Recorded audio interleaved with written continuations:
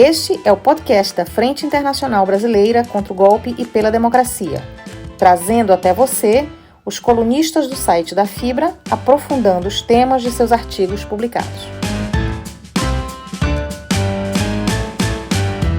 Fibra Sidecast. Primeiro que é aquela famosa questão, como é que a gente fura essa bolha? Né? Porque a gente se sente acolhido, claro, nós estamos entre nós, a gente conversa com uma certa tranquilidade, considerando esse panorama aí, que a gente não precisa ter medo aqui fora, né? Apesar de que os companheiros de Portugal nos falam que a situação lá está bem tensa. Estados Unidos também. Então, mas de uma forma geral, a gente tem uma certa tranquilidade comparado com o que as pessoas estão vivendo no Brasil nesse exato momento.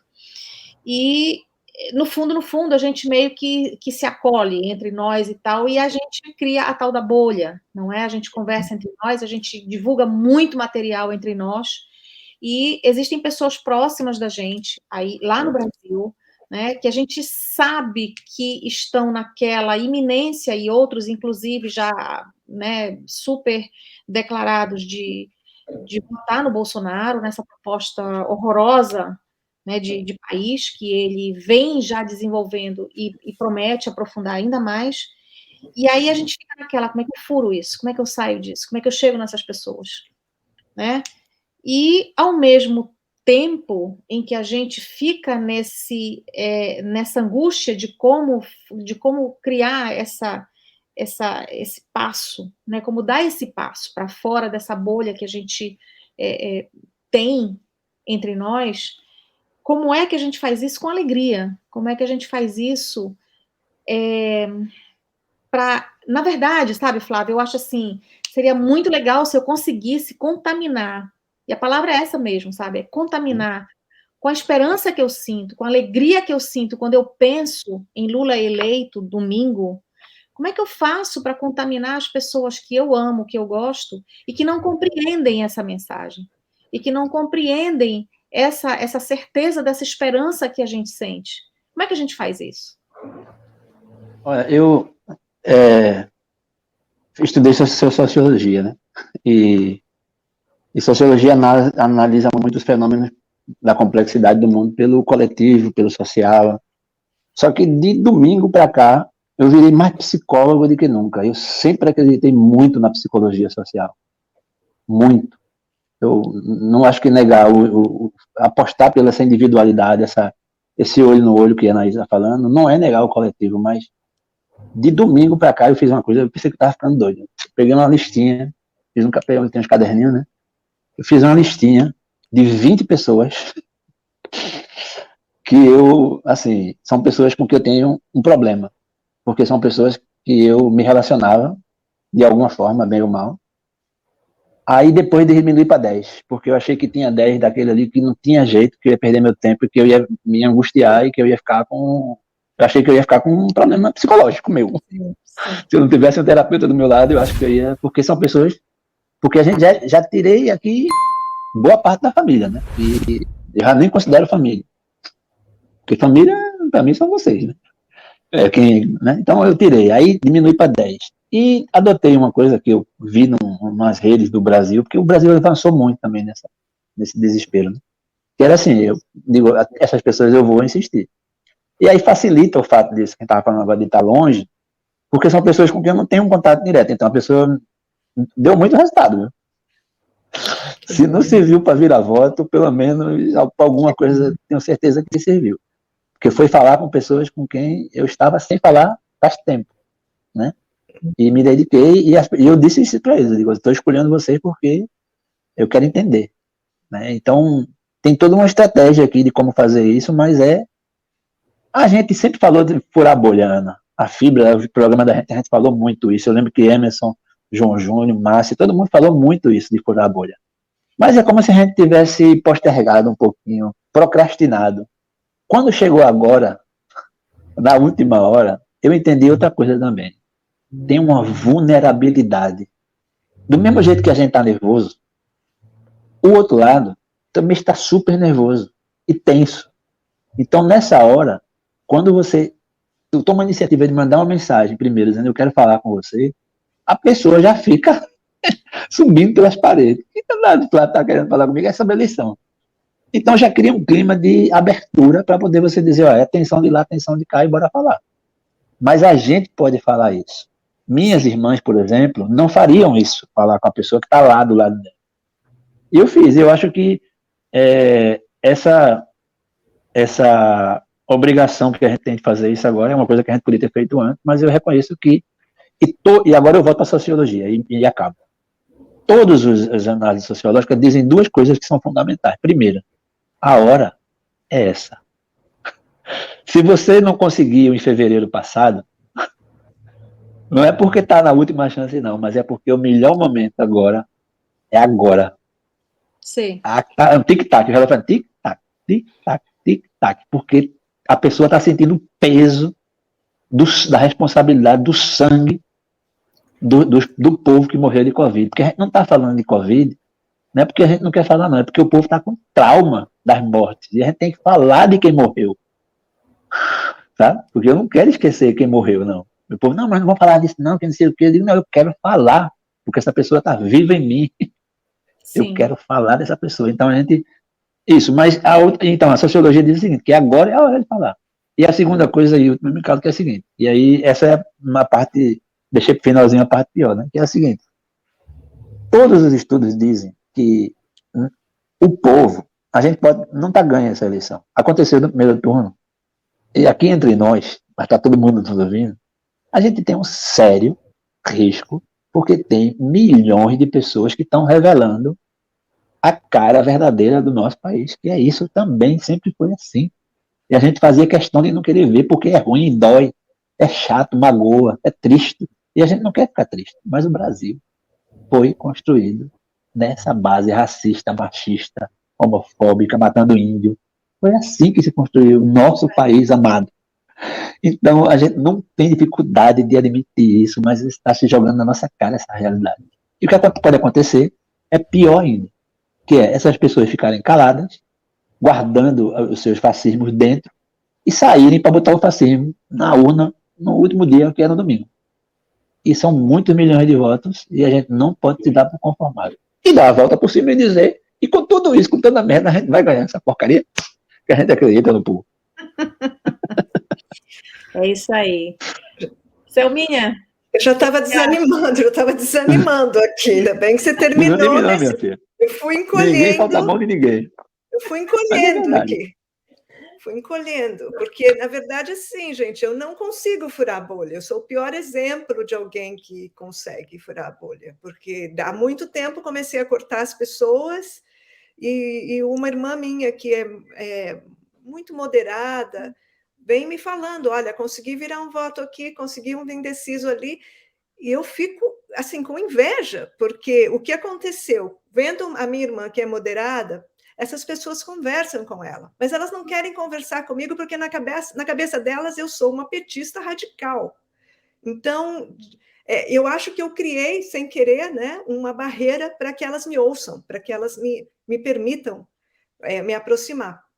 Então, eu não vou dizer que totalmente me arrependo disso, porque para manter a minha sanidade mental eu também preciso ficar meio longe dessas pessoas, mas eu louvo, eu realmente respeito quem conseguiu fazer esse meio de campo, que conseguiu chegar e trazer as pessoas para cá. Agora, uma coisa, gente, que eu tentei, e recentemente, inclusive, na rede social, no Instagram, no perfil de um professor progressista, um professor muito legal, ele colocou uma coisa, alguma coisa assim, nada extremamente política, e começou a ser atacado. E eu achei que as pessoas que o estavam atacando eram alunos que estavam confusos, e perdi horas, juro, mais de uma hora, respondendo, perguntando. Passaram-se algum... Eu acho que isso foi assim, eu comecei a falar com um, daí entrou outro, de repente tinha várias pessoas me atacando naquele perfil, e eu percebi que não tinha diálogo, não tinha resposta, eram todos como se tivessem copiado e colado algum tipo de discurso, as mesmas frases, né? Daí eu percebi que eu estava fazendo, na verdade, movimentando, trazendo essas O pessoas. algoritmo.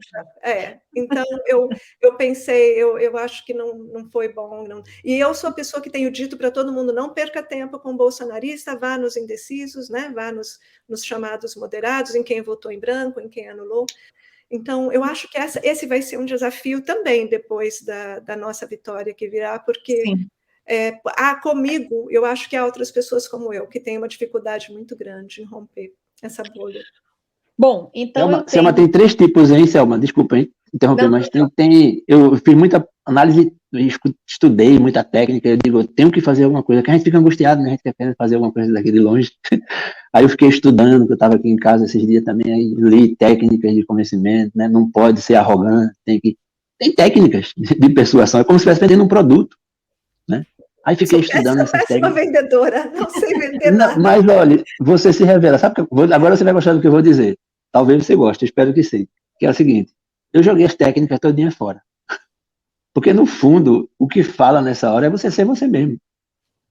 Sim, claro. Porque, sabe, assim, não tem mistério, né? Aí, mas o que deu mais trabalho e foi mais interessante foi o processo prévio, que é o seguinte, foi essa coisa de eu comigo mesmo, de sair eu pensando, por que essa pessoa eu acho que é assim, e por que esse eu acho que sim e aquele eu acho que não. Aí você vai entendendo, né, o funcionamento da coisa e vai ajudando você do fundo, pode ser que eu não tenha conseguido virar nenhum voto, mas você fica com a alma lavada assim de dizer, eu tentei. Eu tentei. Agora, não percam a regra básica número 1 se mantém. Tá nos textos lá que eu escrevi e tudo mais. E a regra básica número 1 é não perca tempo em discutir com fascista, assumido, raivoso, rancoroso para cima de você. Concordo. Esse tá todo mundo de acordo que não tem jeito. Então você tem que ficar, aí você vai buscar o que não está nesse nível. E não tenha dúvida de uma coisa. A direita, apesar de burra do jeito que muita gente está vendo, mas tem gente que está fazendo a mesma coisa, que é tentando chegar perto, né, de pessoas que estão vulneráveis usando esse mesmo artifício. Então, no fundo, é uma disputa do lado de cá pelo lado de lá, disputando pelo quem está lá na corda bamba. O negócio é achar quem está na corda bamba.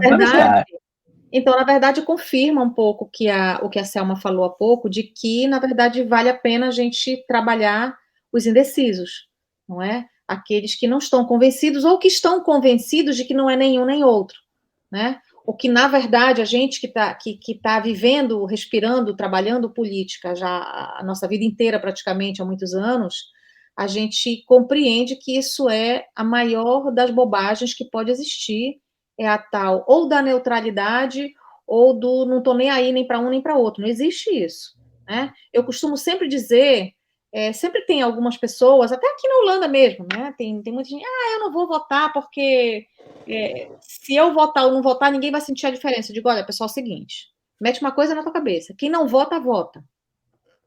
Entendeu?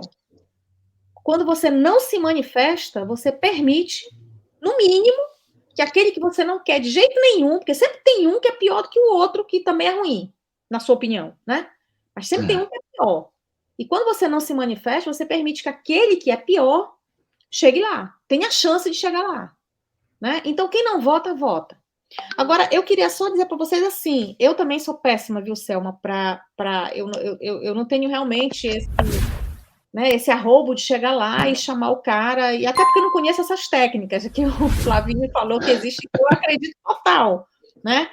Mas, assim, eu tentei, justamente nesse período em que a gente está realmente militando diariamente, eu fiquei pensando, o que é que eu posso fazer das minhas possibilidades? E esse é um recado que eu queria deixar aqui para quem estiver ouvindo a gente, né, junto com os recados que todos nós estamos deixando aqui, que é o seguinte, eu fiquei pensando, o que eu, naquilo que eu sei fazer e que eu posso fazer, de que forma eu posso fazer com que as pessoas me ouçam, né? E eu cheguei à conclusão do seguinte, de que uma coisa que eu já vi que funciona, no mínimo, para que as pessoas saibam o que eu penso, me observem e me sigam, que sabe aqueles statuszinhos lá do WhatsApp? É impressionante prestem atenção, não sei se vocês trabalham isso, mas eu aprendi a trabalhar isso. O meu status do WhatsApp é impressionante a quantidade de pessoas e a variedade de pessoas que olham o meu status do WhatsApp. São todas as pessoas da minha lista de contatos, né? Meus amigos daqui da Holanda, meus amigos do Brasil, meus amigos de outros lugares no Brasil. E é impressionante, eu comecei a contabilizar. Tem determinadas pessoas, algumas são progressistas e checam o meu WhatsApp por inspiração, porque pensam como eu, mas tem outras que eu sei que pensam muito diferente de mim. E elas estão todo dia lá conferindo o que eu estou postando. Todo dia. Uau, não sabia disso. É impressionante. Interessante. É impressionante isso. Então, mas, uma coisa que das técnicas, a primeira é essa, viu? De vocês. Eu tenho uma sogra que ela cozinhava muito bem, mas ela já trazia o prato para a mesa dizendo assim: olha, hoje não saiu muito bom, não sei o que. Eu digo: não diga uma coisa dessa, não, pelo amor de Deus, porque você já cria um impacto negativo que eu já vou comer pensando nisso porque está ruim. Então você tem que dizer: eu consigo. E esse negócio funciona, viu? De ficar pensamento assim da palavra, de você verbalizar. Eu consigo, vou virar esse voto e vou falar com essa pessoa. E a questão é essa, né? Essa é a primeira coisa. Segundo, não perca tempo com os que não são, não perca tempo, porque pode ser muito desgastante para sua carreira de vira-voto. Você lá de cara com um que vai lhe dar uma brochada assim, de cara assim, você não vai querer. Não perca tempo com outro. E terceiro, se coloque de igual para igual. E tem uma última também que eu posso dizer assim rapidinho para acabar, para não deixar de falar das técnicas, que é o seguinte: sabe uma coisa que irrita a gente quando a pessoa manda mensagem para você dizendo assim: olha, fulano, eu tenho um negócio para te falar. Aí manda um WhatsApp e você diz: não fala esse negócio desse não, rapaz. Aí daqui a pouco acaba passar 2, 3 horas e não fala. Sabe quando alguém... tem uma tia que, o pessoal lá no Brasil, né? Olha, Flávia, a gente tá querendo falar contigo aí. Pô, não faça isso não, bota uma mensagem só o que você quer falar e me diga logo, porque senão eu fico aqui angustiado, achando que é alguma coisa, não sei o quê. Então, a técnica funciona. Eu mandei mensagem dizendo: fulano, fala Flávio, lembra de mim que estou aqui não sei quanto tempo, estou querendo falar contigo. O cara ficou lá, aperreado, sabe? Pensando que tá lendo, sabe? Também a gente sabia que era campanha, né? Mas não sei o quê. Mas aí serviu para quando eu fui falar, né? Aí depois já era pedindo para ligar, porque o WhatsApp aproxima, mas também afasta, né? Não é.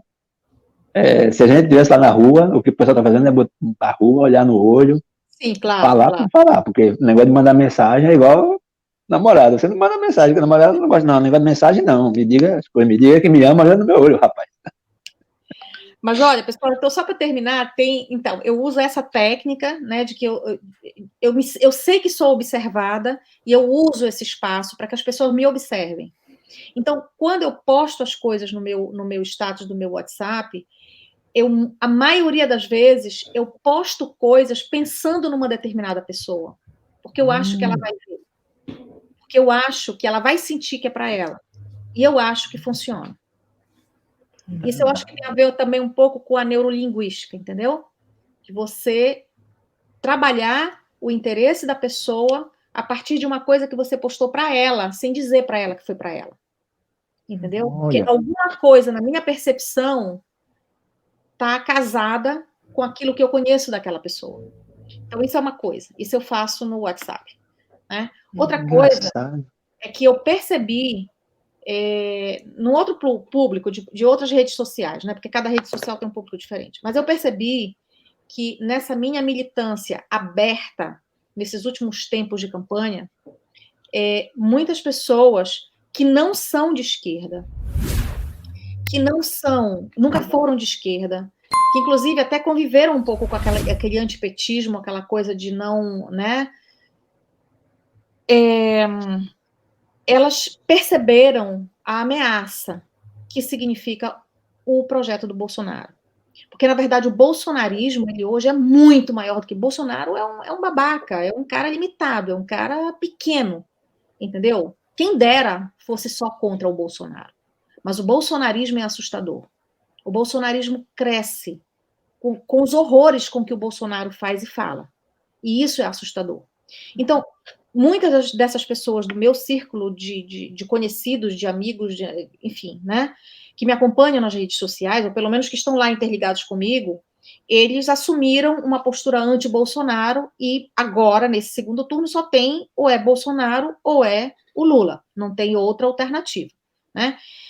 Então, eu percebi que essas pessoas não sabem ou não sabiam muito exatamente como militar, e eu ajudo, entendeu? E eu ajudo essas pessoas a militarem, porque elas têm em torno dela um outro universo que as circunda e que as observa, que não é o meu, mas é o delas. Então, eu ajudo, entendeu? Eu curto o que elas postam, eu dou dicas de como melhorar, eu dou dicas de como fazer mais e melhor, e funciona, entendeu? Muito bem. Eu sei que, através delas, essa pessoa está atingindo outras pessoas que eu jamais atingiria. Sobre as quais a minha palavra não tem peso, mas a dela tem. Entendeu? Interessante. Olha como você sabe. Diz que não sabe, mas sabe. Olha. Aninha, eu juro por Deus que é intuitivo, juro por Deus, porque eu estava tão desesperada de não conseguir furar minha bolha, que eu disse, gente, eu tenho que fazer alguma coisa que eu possa fazer. E isso a prática nos Estados Unidos é diferente, é isso aí, é como é nos Estados Unidos. Mas, eu não queria sair daqui sem você falar também como é por aí. Não, aqui, como eu falei, onde eu estou, em Iowa, eu realmente estou bem sozinha, né? E notei na eleição, durante a fila da eleição, o mesmo medo que a gente sentiria no Brasil. Então, as pessoas depois vieram falar comigo, porque eu tinha o meu cachecol vermelho, mas muitas que votavam no Lula depois disseram, a gente não está de vermelho por medo. Enquanto isso, estava todo o Louro José, todo mundo, os que estavam de verde e amarelo, com muita... E também circulando, eu notei que eles faziam isso, circulavam na fila, como que para intimidar as pessoas, Sim. né? Então, eu notei muito isso. Mas isso que a Aninha está falando, eu acho que a gente, é intuição, óbvio, mas a gente aprende na prática mesmo, né? Quando você começa a praticar, a militância se aprende militando, como tudo, né? Claro. E eu concordo extremamente com você quando você disse que você dando esse apoio para as pessoas, porque as pessoas têm essa mística de que, mas você milita, você faz política, eu não sou, eu sou tímida, ou eu não sei como falar. Então, isso acontece especialmente com mulheres, viu, Flavinho? Porque eu me lembro que no começo dos anos lá, Fibra Sidecast, nos anos 90, quando teve aquela coisa dos 20%, que os partidos tinham que ter 20% de mulheres, a gente chegou a ver que, e eu participei de alguns movimentos nesse sentido, que tinha a maioria das mulheres nos bairros em São Paulo, elas que levavam os movimentos todos nas costas. Mas quando chegava na hora de falar no microfone, elas passavam para um homem. Então, elas levavam tudo, mas não conseguiam colocar a sua voz, porque não estavam acostumadas, porque tinham timidez, porque eram, muitas vezes, donas de casa, às vezes participavam do mutirão colocando os tijolos lá, mas na hora de inaugurar, não era a cara delas que passava. Era um homem que assumia, né? Então, é uma realidade. Então, o que aconteceu na Dinamarca agora foi isso. Eles, quando eu saí de lá, eles diziam, não, Selma, você não pode ir embora, a gente agora não vai mais fazer movimento sem você. E eu dizia, não, agora o coletivo é de vocês. Um coletivo é isso, é uma coisa horizontal, né? E, recentemente, eles fizeram o chamado invasão dentro de uma festa que estava rolando lá, foram todos de vermelho, foi a coisa mais linda. Eu me senti a própria mãe daqueles marmanjos, olhando e dizendo, caramba, cara, eles estão levando isso. Que bonito. Então, por um lado, assim, você fala, agora não precisam mais de mim, que é coisa de mãe, né? É o que eu estou sentindo. Exatamente. Estou sentindo agora. Agora nem lembra da pobre da mãe. Mas, por outro lado, que orgulho, essas pessoas estão indo. E esses são, olha, uma membro do nosso grupo, ela é lá de Petrolina, o irmão dela é político lá.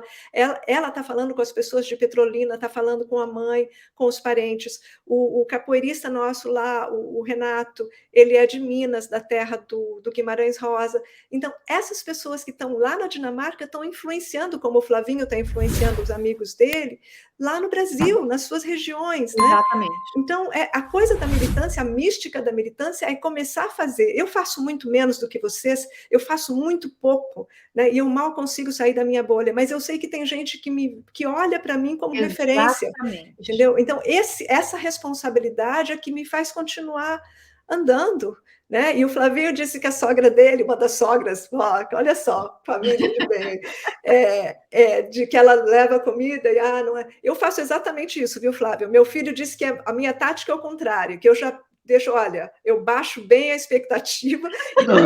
Não faça isso. os meninos gostam e falam, nossa, não, tá bom, né? Meu filho fala, você sabia que estava bom, você falou que tá mal, que é para eles não ficarem esperando muito, que de repente, se eles não gostarem, você já avisou, né? Mas, enfim, eu acho que a coisa é essa, é a gente continuar, e só também para terminar, né, senão começa a falar demais, a gente está com um Não, pouco tá bem.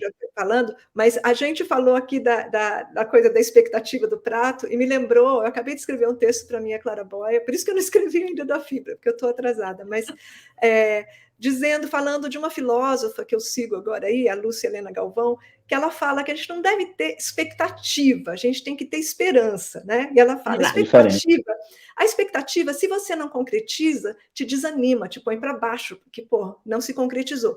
Mas a esperança se renova. Então, a gente no primeiro turno eu fui parar no chão, né? Tiveram que me arrastar de lá. Mas passou 2 dias, a esperança, você dá uma sacudida e ela volta. Então, acho que, para mim, o nosso estado mental tem que ser esse, de mais do que expectativa, continuar esperançando, né? Continuar com essa garra de que se não, a gente está aqui, né? Eu espero que o fascismo seja porque, como a Aninha falou, não é o Bolsonaro, é a analogia que todo mundo tem feito, o Bolsonaro é o tumor, mas tirado o tumor, a coisa está se espalhando de tal forma que é a metástase, né? A gente vai ter que tratar disso. Então, ter essa consciência, mas não perder a esperança de jeito nenhum. Acho que essa é uma forma boa de acabar uma live, viu? Porque isso é importantíssimo. Nas técnicas está isso também aí, ó. Se cada brasileiro no exterior, que estão nos escutando aqui agora nessa live, as pessoas na nossa militância, se cada uma pessoa de nós, porque nós somos de 4 para 6 milhões nas estatísticas furadas, que é exatamente a quantidade de votos que a gente precisa para ganhar no Brasil. Nós somos muito no exterior. Se cada um aqui agora assistisse isso e disser, eu vou agora fazer o que esses cabas estão dizendo aí, mas não precisa nem tentar convencer. A outra coisa, essa é mais leve para acabar também, não falar muito, é fazer o que você acabou de dizer. Esqueça o que eu falei de buscar a voto. Pegue algum que é dos nossos, que a gente já sabe que é nosso, que está lá, paisando, batendo pedra. Igual a gente aqui, pegue um desses e mande uma mensagem para ele assim, agora mensagem de voz, ou então ligue para dizer, olha, eu quero agradecer você porque você fez esses anos todos isso aí por mim.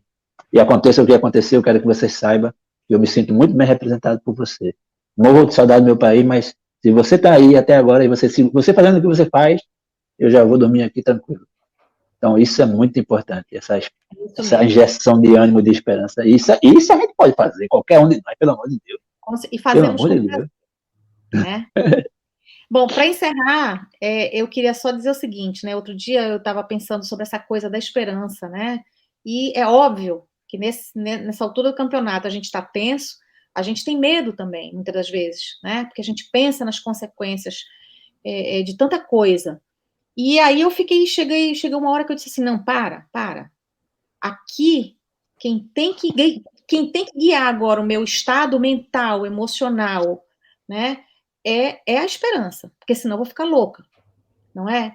E tem mais uma coisa, eu não posso abrir mão dessa esperança, desse estado de ânimo positivo, não é? De contaminar outras pessoas com essa sensação boa que alimenta a gente e dá energia para a gente continuar. Eu não tenho esse direito de desistir disso, de abrir mão disso. Nenhum de nós tem, porque a gente hoje sabe por que a gente luta. A gente não luta pela gente, porque a gente começou esse programa falando do nosso privilégio, de estar morando num lugar em que a gente, apesar de tudo, a vida continua. Mas existem pessoas no Brasil que precisam da nossa esperança para que essa esperança se multiplique a ponto da gente conseguir um resultado favorável nas urnas, porque senão elas vivem uma situação de vida ou morte. Muitas, milhões de pessoas. Nós temos hoje mais de 33 milhões com fome. Nós temos metade da população brasileira no risco como é que a gente chama? O risco alimentar, como é que a gente chama? Segurança alimentar, não é? Segurança alimentar. Metade da população brasileira está nesse limiar de não conseguir manter a sua segurança de poder comer, não é? Existem os povos originários, os indígenas, os quilombolas, os povos das florestas, que simplesmente estão na mira da bala. Então, a gente não tem, apesar de estar cansado, apesar de muitas das vezes estar com medo ou estar tenso, a gente não tem o direito de não esperançar, porque é por eles que a gente faz isso, não é por nós. Então, o nosso recado... Ô, Aninha, acabou a live bem menina. Pô, emocionante, hein? Mas isso a gente aprende juntos, né, Flávio? Junto com vocês, né, junto com todos, porque é muito legal o que a gente está construindo aqui todos esses anos, e é isso que segura a gente, nesse estado mental que a gente, muitas das vezes, patina um bocadinho, chama o Flávio, chama a Selma, bora bater um papo que a gente vai dormir melhor. Então, Galera da Fibra, chegou a hora, hein? Tudo que a gente fez em tantos anos, né? Olhando direitinho, tudo que a gente fez esses anos todinho, era para chegar até aqui, né? Desde o golpe de Dilma, tudo que a gente fez, tudo, todas as horas, todas as reuniões, todos os encontros, todo o texto, toda a web, cada post, Instagram, não sei o quê, tudo era para chegar até aqui. Então, já escrevemos muita história, né, pessoal? Com muito orgulho. Então, assim, eu queria agradecer imensamente vocês pelo papo maravilhoso, né? E queria agradecer imensamente quem ficou ouvindo a gente, quem ainda vai ouvir a gente, convidar para que todos procurem o site da Fibra, porque lá tem muito material bom, tem esses 2 escritores maravilhosos, que é a Selma Vital e o Flávio Carvalho. O Flávio é pernambucano, a Selma é paulista. Então, passem lá no site da Fibra, fibrainternacional.org, tem muito material legal, e vocês podem acompanhar que é essa militância internacional, muita gente fora do Brasil, trabalhando voluntariamente, com alegria e com esperança, para a gente mudar a situação do Brasil, que a gente vai mudar, se Deus quiser. A gente está lá no domingo para cravar o nosso L na urna. Gente, super obrigada, boa noite e até o próximo. Tchau, gente. Obrigada, Aninha. Até lá.